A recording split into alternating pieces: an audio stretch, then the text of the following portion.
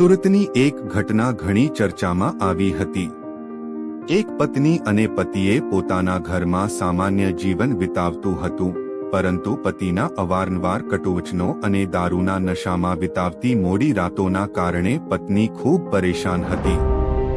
એક દિવસ પતિએ વધુ એકવાર દારૂ પીધા પછી પત્ની સાથે ઝઘડો કર્યો અને સ્થિતિ એટલી ગંભીર થઈ કે તેણી ભાગવા માટે ઘરમાંથી નીકળી ગઈ, પરંતુ તે અંધારી રાતમાં તેની પાસે કોઈ તક નહીં હતી।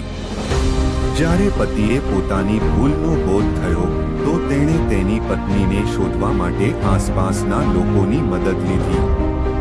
સારા લોકોના પ્રયાસોથી પત્ની મળી આવી અને પતિએ તેની સામે માફી માંગી।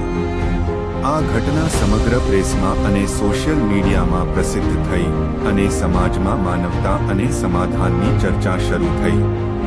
આ ઘટના દરેક દંપતી માટે એક શીખ છે કે તેઓએ અવગણવું નહીં અને સહકાર, સન્માન અને સંવાદ દ્વારા પોતાના સંબંધોને મજબૂત બનાવવા જોઈએ।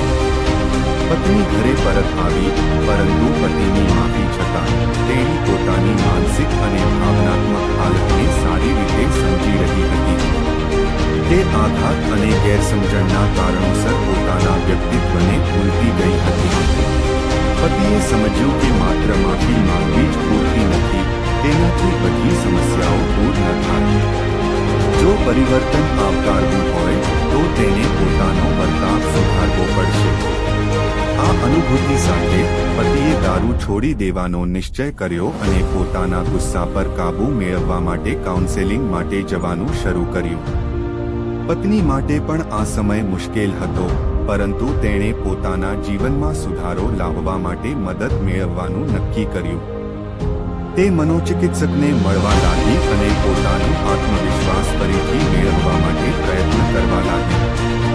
આ બંનેના પરિવર્તનને કારણે થોડા સમય બાદ તેઓએ ફરીથી એકબીજાને સમજવા અને એક નવા આગાપોડા સાથે જીવન શરૂ કર્યું।